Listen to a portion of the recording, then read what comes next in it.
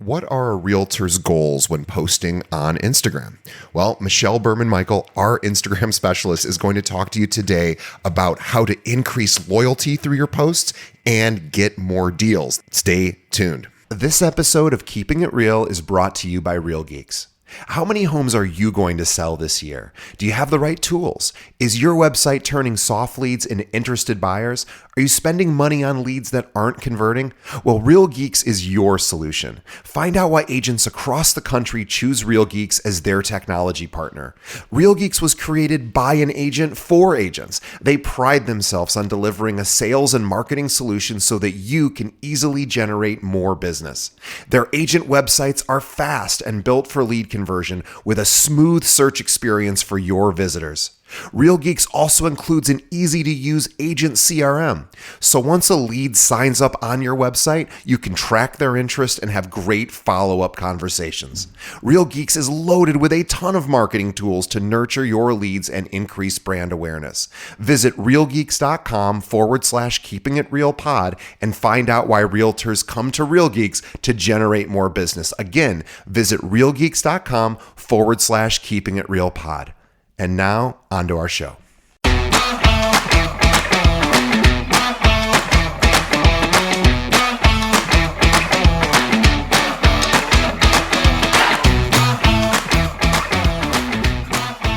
Hi guys, this is Finding Your People. I am Michelle Berman-Mikel, and I really want to have a good conversation with you guys about what exactly it means to find your people on the Instagram platform. Now, I don't want to bore you with a whole bunch of details and stats about things that aren't relevant, but what I do want to share with you is specifics on how you guys can make content and your engagement stand out on the Instagram platform and ultimately lead to you guys getting more appointments off of Instagram. Now, all of us want that. You guys all listening to this want that. So strap up. Let's do this. Let's talk about how to find your people on the Instagram platform. And most likely, this is not going to be something you've ever heard before. So what we do know in the real estate industry is that the root cause or the root problem right now is this one big word known as loyalty. So if we know that, how do we create it, or how do we create that and solve this lack thereof loyalty problem? And in my opinion, the answer to that question is building your community. Now, there is this special thing that I'm about to share with you guys that I personally have done a lot of research on, spent a lot of time studying and really understanding. But the moral of the story is that we have to build our community on the Instagram platform. I really believe that so many people are focused on just being anything to everyone. And instead of that, I encourage you to take this as permission to be exactly who you need to be for your people. Find your people on the platform. I always say that if today I decided to go sell real estate full time and that's all I did, who would I be prospecting? Who would I want to be talking to the most on the Instagram space or in the Instagram space, really just on social media in general? And the answer to that, for those of you guys who have listened to a handful of my episodes, you'll know my people are the military community that are really into fitness. So I am a competitive CrossFitter. I run a lot. My husband is also a marathon runner. He is getting ready to hopefully qualify for Boston later this year. So we are ingrained here in this military community. My husband is prior, now works for the military, and we're just in an environment where there's a lot of military families. However, our ideal family or our ideal client would be someone that is into fitness if I were to say that's who I wanted to help buy and sell. Now, does that niche down, or the process of niching down, does that hurt me in any capacity? And in my opinion, the answer is absolutely not. It truly makes me that person in my space. It actually makes me more attractive in many cases to people outside of that specific niche because they realize how specialized and how intentional I am. And if I take that to how I prospect on the platform and what does that look like, that's how I will build my community, and the actionable steps of do this, do that, then you end up with conversion is probably for another episode. But the tactical aspect of this is I want you guys to be able to build your community on the Instagram platform.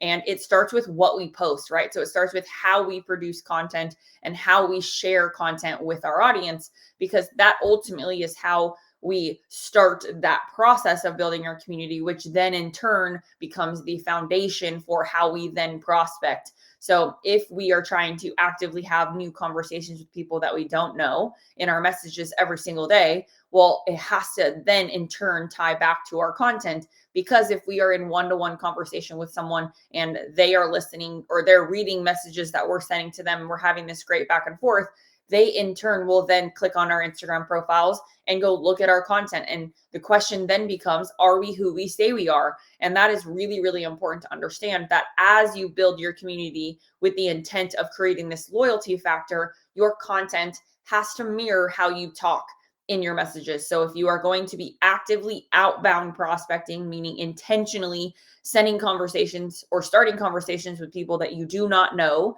through the Instagram platform, your content is the foundation to how you do that.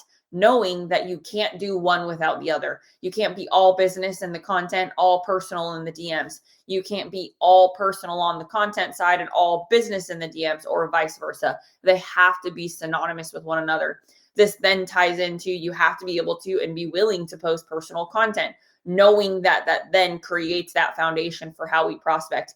Why? Because the personal content we're sharing, the things we like doing, the things we do outside of work, the things that we enjoy doing with our families or with our friends, that all becomes the foundation for our prospecting, in the sense that these are the conversations we enjoy having. These are the things that we could talk about all day, every day, right? I could talk about my training for running, or I could talk about my CrossFit world, or hell, I could talk about hole in the wall coffee shops all day long, because there are things that I really, really enjoy. I could talk about swimming forever. I swam competitively for 20 years before getting into the CrossFit space and transitioning my physical career from one sport to the next. So these are things that I could talk about all day. And therefore I post about them all the time, because those are people, or those are what makes me me. And that is what people will connect with. So really, really important. But how do we do that? What is the first step that you guys can take right now to ditch the talking head video?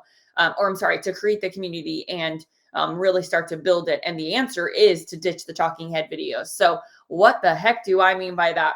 Now, on Instagram, many of us probably would agree that we just open our phones and record videos staring at it all the time. We don't really necessarily have an intentional strategy for how we storytell or how we share information, other than, hey, there was this specific detail or metric that came out, or a data point that came out, or the National Association of Realtors released this thing, the conforming loan limits changed. Whatever the detail might be. A common one is the market update in our areas, right? But when we go to post that content, we typically just record a talking head video. We're just holding our phone recording, we hit stop, we post it. Now, why am I telling you this, or why am I bringing it up? Because intuitively, we don't even know that we are doing it, right? So what happens is we will go and we will see that John Doe down the road, who happens to be a high producing agent in our area, is posting a video about this thing. So therefore I'm going to post it too, right? That's what we tell ourselves. Oh, well, if Joe's successful or John is successful and they're posting that, well, then that means that I should. And that, in there lies the problem. That is exactly how we actually degrade the loyalty aspect. And we slowly, over a long sustained period of time, will lose our relationships, because all we're doing is just pumping out the same content as everybody else. So we're just adding to the white noise. We're not standing out. We're not creating that top of mind factor. Now, many years ago, I honestly believe that if you were on Instagram at all and you were doing it even half well, you were staying top of mind. Fast forward to today, that is not the case, right? There are so many people on the Instagram platform, most whom are doing it very wrong. So how do we stand out? How do we create the opportunity for people to say, yep, this is exactly who I want to work with. This is my person. I feel connected to them. I enjoy them. I like them. And in my opinion, the answer to how we create loyalty, how we build our community, is we ditch the talking head videos. And instead, I want to share with you guys a really interesting statistic.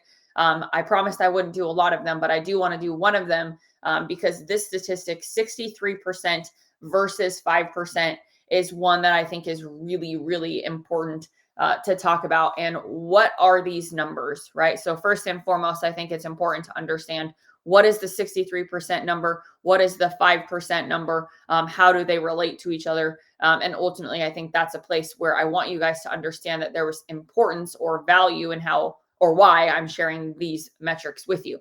So 63% is the percentage of people that say that they remembered stories over the 5%, which is someone who said that they could recall any statistic or data point from a presentation that they heard. So if you guys are familiar with a really good friend of mine, Renee Rodriguez, I've spent a lot of time in his world. I've been able to, luckily, been coached personally by him for quite some time. And the cool thing about this process, as I've been going through it, is I've learned about this concept called neural coupling. So that's what I really want to share with you guys is since I met Renee, almost 8 months ago, and the amount of time I've been able to spend with him personally through his coaching, through his events, he's personally invited me to a mastermind recently, I've honestly dove face first into this concept of neural coupling and how it can completely transform the content that we produce. Now, how does that relate to me, right? Or how does that relate to what I'm coaching you guys? It is truly, if I believe that if I'm telling you to believe that ditching the talking head videos is the solution, then what is the action that we can take to then not do that?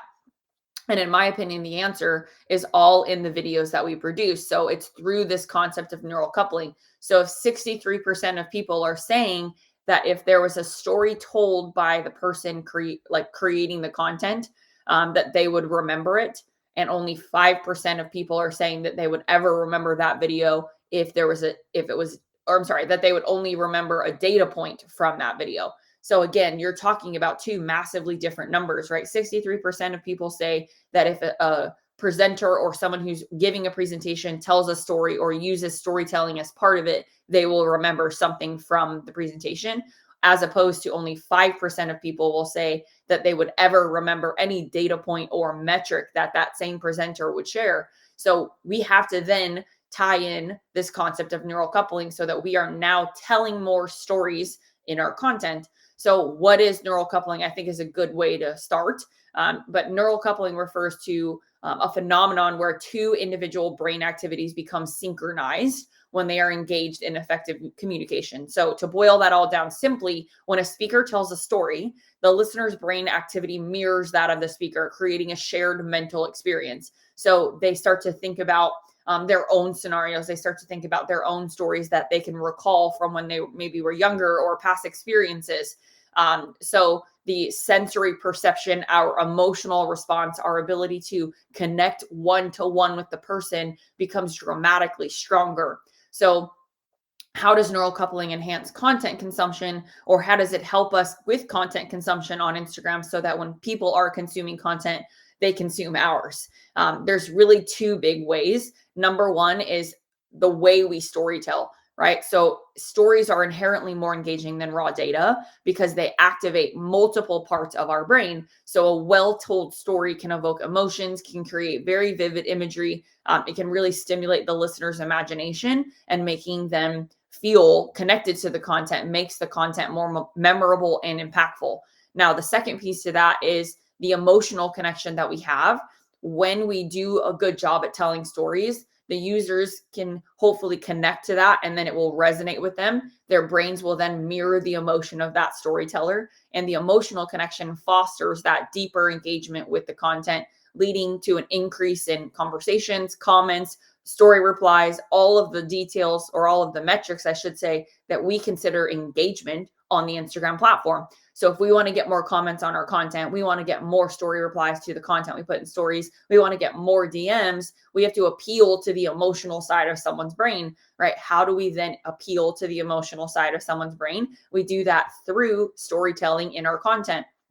So when we are talking about specific things, if we boil this all the way down to, okay, well, great, Michelle, now what do I actually post videos about?